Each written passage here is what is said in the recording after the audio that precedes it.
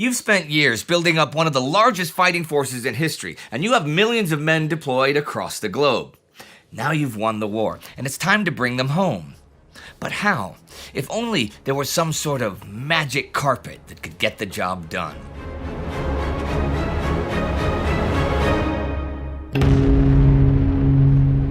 I'm Indy Nidell. This is a World War II in real-time legacy special. By the end of the war, there are 8 million American servicemen and women scattered across 55 countries on 4 continents. The British have 5 million soldiers around the world. The Soviet armed forces stand at over 12 million people deployed across Europe and in the Far East. There is no way that these countries can maintain these forces while shifting back to a peacetime economy and society. The challenge now is clear: demobilize. Today, I'm going to take a look at how the Big Three dealt with this huge logistical problem. And before people start writing in, I know that there are other nations to cover: Australia, India, Canada. And what about the Japanese? How did they get all their men home who are still overseas in all the parts of their former empire? There is not time today to cover all that, though we did dig up information on these countries too, so perhaps I can cover them in a part 2 or in and out of the foxholes or something like that. Anyhow, by 1945, the average American serviceman or woman has been overseas for more than 16 months. As the war in Europe nears its end in the spring, the American public begins clamoring for the 3 million troops there to be brought home as soon as possible. U.S. Army Chief of Staff George Marshall has long recognized that whenever this happens, it will be an enormous headache. So planning for demobilization began back in 1943. But before those plans could go into action, there needs to be decisions made. Who will come home and be discharged? Who will stay in Europe for occupation duty? And who will be redeployed to finish off the war against Japan? As I covered in both an earlier special episode and in the regular episodes, by mid-May 1945, the U.S. is using a point system, the adjusted service rating, to determine who goes where. Troops earn these points based on lengths of service, time spent overseas, medals for valor or for service, and wounds taken. Those with over 85 points are discharged and returned home, while those with fewer points will remain in Europe or be transferred to the Pacific. The next step is to get the men where they need to go. But the Navy doesn't really want to help transport troops from Europe back to the U.S. They want all their shipping capacity and all their warships for the planned autumn invasion of Japan's home islands. With the Navy occupied, it is left to the War Shipping Administration, the WSA, to find a solution to this problem. Headed by Admiral Emory Land, the WSA is an emergency government agency established in 1942 with extensive authority to purchase, operate, allocate, and requisition civilian shipping for wartime use. The WSA starts assembling a makeshift transportation fleet. This includes about 300 converted Liberty and Victory ships, as well as ships taken from the Army, Coast Guard, and the Merchant Marines. By VE Day, the WSA has assembled about 550 ships, and they start bringing American troops home from Europe in June 1945. By September, over 1.4 million American soldiers have been repatriated from Europe, and after the formal Japanese surrender on September 2nd, it's time to start the job in Asia as well. It's at this point that the whole operation is given the code name Operation Magic Carpet. And importantly, with the shooting war over, the Navy can now contribute its resources. The Asian component of Magic Carpet will be more complex than the European component, though, since the American forces there are scattered over far greater distances. In fact, most of the repatriation routes operate on a sort of hub and spoke method, with service personnel ferried to centralized collecting stations in Japan, the Philippines, the Marianas, and Okinawa before then heading to the States. The Navy's contribution to this effort includes battleships, destroyers, assault ships, and aircraft carriers, all of which are packed to the gills with men. Carriers like USS Lake Champlain are a particularly pleasant way to travel home, fitted out with bunks for 3,300 men who enjoy movies in the hangar deck, sports on the flight deck, plenty of ice cream and good food in the mess, and the thrill of diving off the carrier into the ocean for swim calls. Others travel home aboard the British liner RMS Queen Mary, where enlisted men sit down for their meals in the first-class dining room. Others aren't quite so lucky, since pretty much anything that can float is pressed into service, including older ships sailing home to be scrapped, and some men even get the joy of heading home on oil tankers and ore carriers. Operation Magic Carpet also deals with U.S. prisoners of war. By the end of the war, there are at least 185 prison camps in Japan itself, and about 770 across Asia. Many of the prisoners held near Tokyo are transferred by rail to the city and then picked up by transport ships or hospital ships in Tokyo Bay. But for the men further afield, things are a bit more difficult. To start with, the Allies don't even know where all the camps are because the Japanese didn't register them all with the Red Cross. So the Navy flies aerial reconnaissance missions, and Douglas MacArthur orders all Japanese officials across the former empire to hand over all information they have on Allied POWs. Camps are marked with big white painted letters PW for prisoner of war, and B-29s drop food, clothes, cigarettes, and information leaflets to the men. For some, this is the first real confirmation they have that the war is over. But given how remote some of these camps are, it's no exaggeration to say that repatriation of POWs is a logistic nightmare, and many will have to wait weeks or even months before starting their journeys home. But you know, as massive an operation as it is, Magic Carpet proceeds remarkably quickly. By February 1946, the European phase is complete. And by April, 3.3 million U.S. servicemen and women have returned home from around the world. But this operation is just one element of the huge demobilization of American forces in the months and years after the war. In 1939, the U.S. had just 334,000 people in uniform. By the end of the war, that had risen to 12.2 million. But just a couple of years later, in mid-1947, that number is reduced by close to 90% to just 1.5 million, and conscription has ended. In doing this, the government has certainly given the people what they wanted, but I have a feeling that this drastic reduction in strength, not to mention the loss of all the knowledge and experience that goes with it, would not bode well if the U.S. needs to fight another big war in, say, the early 1950s. Just saying.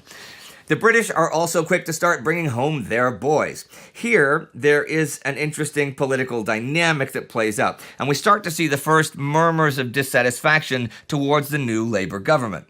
Okay, by the end of the war, there are approximately 5 million people serving in the British Armed Forces, and it was the government of former Prime Minister Winston Churchill which announced a plan in September 1944 to demobilize this force. The plan divided servicemen into two classes, with about 90% put into Class A and the remaining 10% in Class B. Class A is then subdivided into a series of release groups determined by age and length of service. Essentially, the older you are, or the longer you've served, the sooner your group will be up for release. Men in Group B are those who had civilian occupations that the government considers essential for post-war reconstruction. People like engineers, teachers, construction workers, police officers. Because these jobs are considered so important, Class B men are to be released first, regardless of their age or length of service. The government is aware that this will bring accusations of unfairness, so for that reason, there are a few caveats to being in Class B. First, no one from Class B is to be released until at least some Class A releases are underway. Second, Class B men are given less generous leave payments, just 3 weeks worth of paid leave compared to 8 weeks for Class A. And finally, they must only go back into jobs actually needed for reconstruction. If they do not, they risk being recalled to service. The government is keen to avoid the mistakes of 1919.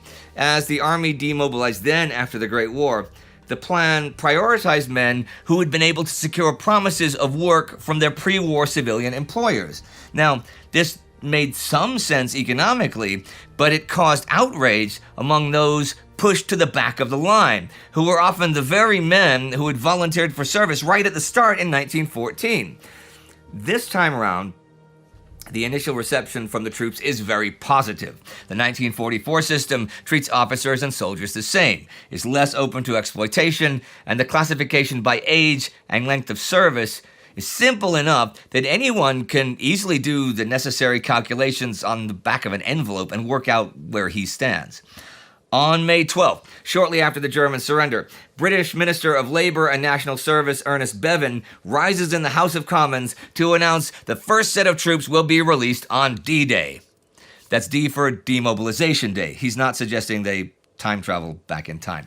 D-Day is set for June 18th, and from then on, the actual mechanics of demobilization go pretty smoothly. The only real complaint is the speed of it all.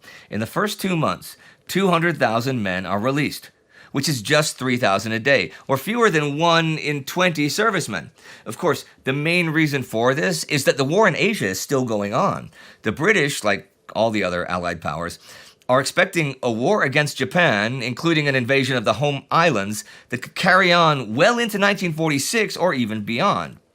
This changes after the Japanese unconditional surrender announcement. By this point, it is the Labour government of Clement Attlee that is in power. Churchill, now leader of the opposition, sees an opportunity for attack. During an otherwise very gracious speech, in which he congratulates Attlee and Labour for their handling of the final weeks of the war, Churchill takes a jab at the government and at socialism.